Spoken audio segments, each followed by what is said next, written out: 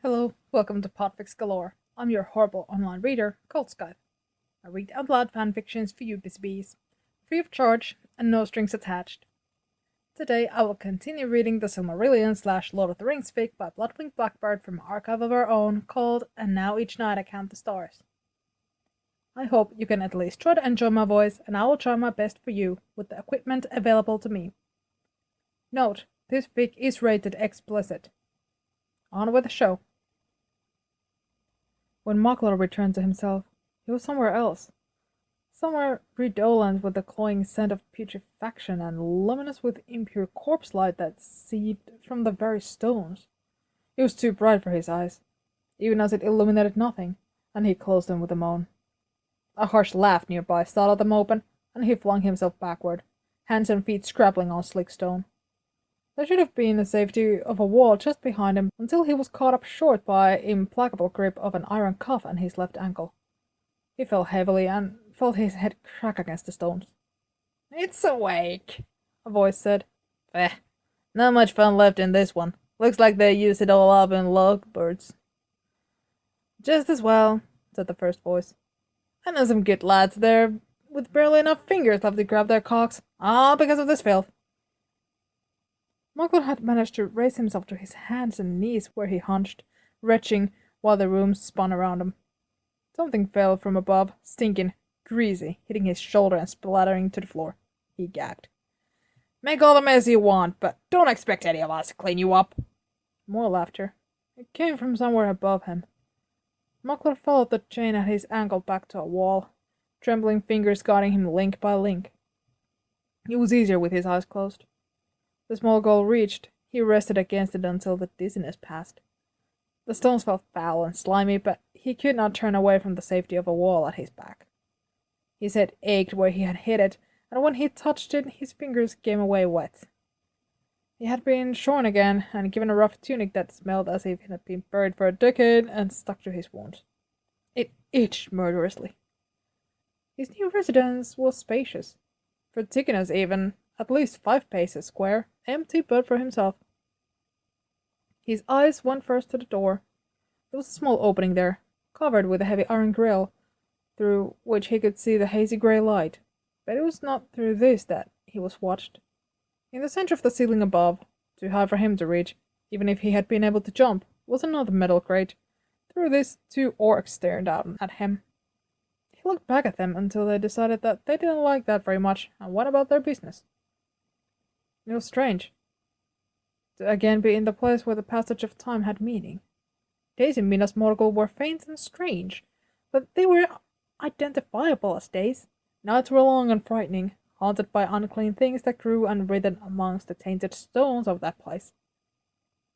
There was another grate in the cell, a narrow drain in the center of the floor, smaller twin to the one above it, over which he had to squat, humiliated, to relieve himself, and he learned to stay well away from this at night. He could see no stars, had no way to know how much time had passed while he had been held in Barad-dûr. Sometimes he thought it must have been years, for his body felt so much older than it had before. It seemed impossible that the days of the world may have been passing in much the same way as they ever had when he could barely remember what it would feel to exist anywhere but in this land. Strange, too, was to have companionship, such as it was.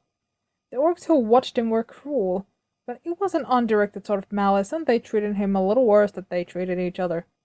Fights in the room above were frequent, arguments over food, over spoils, over undesirable duties. It was strange sort of entertainment, but he relished it, tracking their conversations, taking sides in their squabbles, almost giddy with the relief of being freed from the ceaseless watch of the eye. He did not know what had happened, what had changed to so quickly to shift him from the center of the eye's attention, and he tried to ask, shouting out through the grate at the ceiling, but his guards didn't respond other than to empty a chamber pot into his cell. He had not escaped unscathed, and so did not ask again. Despite the threats, it seemed that the 9 were as preoccupied as their master, for he was left in the company of the orcs for many days. This did not mean that he was left alone, for orcs have their own notions of fun, and Maklar was subjected to many of their little games, but every few days They would pour stale grey water through the grate, and Makler would crawl to the center of the cell and crouch unsteady beneath just to feel clean for an instant.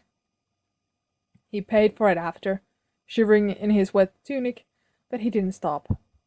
It almost felt like kindness. In return, Makler sang for them. It was a strange sort of routine, a waiting period before something worse, but there was nothing to do but to gather strength while he could. Something worse found him soon, pouncing with no warning, though it had no doubt been stalking him for days. He had just spent several hours trying and failing to walk the width of his cell without falling. He used the wall for support, leaning on the clammy stone until he gained his feet. At first, his ankles folded beneath him, and his knees quivered and spasmed when he tried to push himself upright, but he finally managed it, standing on the burned soles of his feet. The first step was hard. Believing that he could lift a foot without falling was harder, but the second had come easier. Then he had fallen, and he had tried again, and again, and again, until his efforts attracted the attention of his jailers, and they watched through the iron grills, mocking him when he fell, throwing rubbish when it looked like he might succeed. He heard one taking bets on how far he might make it each time, and wondered which of them was mad enough to bet on his success. They were easy enough to ignore, even when a thrown rock drove him back to his knees, even when he would have made it, but for the bit of rotten food that caused him to slip again. Finally, though, he made it. 6 slow, tortuous steps to the far wall. He leaned against the wall, chest heaving in triumph, and looked up at the grate, his teeth bared. The orcs had fallen silent, watchful and almost frightened. Before Michael could wonder at it, he fell through the wall. He found himself in the Chamber of the Moon, that accursed tower where he had first come under the power of the Nine. Had that been how it had happened? Or had it been longer ago? Had there ever truly been anything before this? A sweet scent of wine and mastic failed to cover the corpse stench of the place, only a cloying overlay that made his nose itch even as it clouded his thoughts. He was seated upon a throne in the center of the room. His hands were unbound, resting upon the ornately carved arms of the chair, but when he tried to lift them, he could not. He could not move any part of his body, not even to lift his head. With a whisper, the Nine came toward him, will weighing heavy on him, demanding that he speak, demanding that he tell them exactly what they wished to hear. The questions were different now, more dangerous, and Makler wondered about this sneak who had so successfully diverted the attention of the Eye. It was surprising just how much he wished to speak, to tell the shrouded forms everything he knew about Baggins, about Shire, about rings. He was glad that he knew nothing, that there was little enough to hide. He looked at his left knee, where the skin had been split in his earlier perambulations, and thought of nothing but the pain, nothing but the blood welling sluggishly through the wound. The command to speak swelled within him, rising like bile in his throat. But they had not released the sorcery that stilled his lips. Just as he thought he'd drown in his own unvoiced words, the constraint was lifted, and his voice burst forth in a wordless shout. It echoed around the room, muttering in the corners, and eventually running away with a whisper. Ask me as many times as you must. I will never give you what you wish. So they asked again, and each time he replied with a song that was all that was left to him. The light in his cell was far too bright, and his throat hurt, as if he had been singing for hours, but surely that could not have been. Surely he had been asleep. Someone was singing, still. He tried to sit, but he could only raise himself to his elbows. The singing stopped when he retched and vomited up a great gout of black water. Perhaps it had been him, after all. He lay down again, unable to even move himself from the mess. When he woke, that light had changed, and whether it was a night of the same day or 1 month away was hard to say. Someone was again singing, and the sickness had dried to a crust on Makler's cheek. This time it was not him, for it was a song he did not know, in a tongue he had never heard. He could not have said how long it had been since he had heard a new song. He didn't like this one very much, but he also didn't want it to stop. What song? His voice was a raw croak. The singing stopped, and a voice came from somewhere above, harsh and mocking. Elf filth! Do you think you're the only ones with songs? My aunt taught me that one.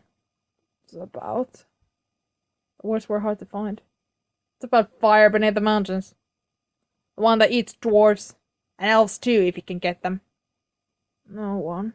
Something like that. You wanna hear? He could hear shifting above the grate, as if the orc had come closer. Nah, your songs made my head pound. Like someone pried my skull open and dumped the sun inside. Muckler almost laughed, but he choked again, and coughed until he could not breathe. The orc spat. Oh, they finally shut you up! There was never any warning when the Nine took him. He would simply find himself in the chamber of the moon, sitting in the throne, his head lolling forward, lips numb and drooling. They would ask him again, but he had no response but song, and so he sang. Their tools were sickness and terror and rot, and his lungs were filled with the spore of the place, and he thought that maybe he had already died. The boss has been talking about you. Muckler lifted his head with a jerk, taking a great gulp of the foul air. He had been drowning, he was sure of it. Says you've killed more of your kind than all of us put together. He rolled onto his side and hugged his knees tightly. Says you're practically one of us. He was in the tower again, and the stairs were visible, wheeling dizzying beyond the windows, and he sang, even as the Nine filled him with their sickness, even as their darkness poured out of him, welling up from within, blackening his tears. Your name? He forced the words through lips that had begun to bleed. Horshak. It's nice. You're dying, you know. He smiled. The stars were bright again, far from where they had been before, as if months had passed, and he did not know how he could see them when he could not even lift his head. The orc didn't play with him anymore. Horshak had said it was because he didn't give a good sport. Perhaps it was true. When they took their whips to him, he barely twitched, but somehow he still found the voice to sing. In the tower, for the last time, the questions beat upon his mind, but he had no answers. He had known once, but he was nothing anymore. Darkness they forced into him, and it rose within him, filling every part of him, and he breathed it in, choked on it. It would be a relief to give himself up to it, and he could remember why he didn't. Blackbird, why do you not sing? And he did not know that voice. Didn't know anyone who called him Blackbird, but it didn't matter. He sang, and the song poured forth from him in power and fire and madness, and it burned away the darkness that was within him, and he felt himself raw. The borders between himself and the world burned to ash. He could feel within himself, only for an instant, the soar of the song that echoed through the world. Then it was gone, and in the echoing silence, his whole self ached, as if he had been gutted. He did not stir when the door of his cell was opened. He did not stir when he was kicked sharply in the ribs. He did not stir when a rough hand rolled him onto his back. I've seen turrets prettier than you, said Horshak. He grinned at that. He could have said the same. Maybe it was the fever that had taken him in the tower, but as he looked at her, it was as if he could see everything. The whole of her mind laid out before him. There was something there that spoke of kinship and what should have been love, but something had been forced into it, a core of hatred and fear that didn't quite fit right, and that rubbed and frayed against everything else there until there was nothing but pain left behind. He might have wept if he had had the strength. I'm sorry, he said.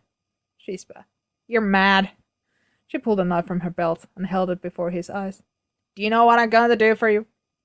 He nodded. I'm not going to kill you, maggot brain.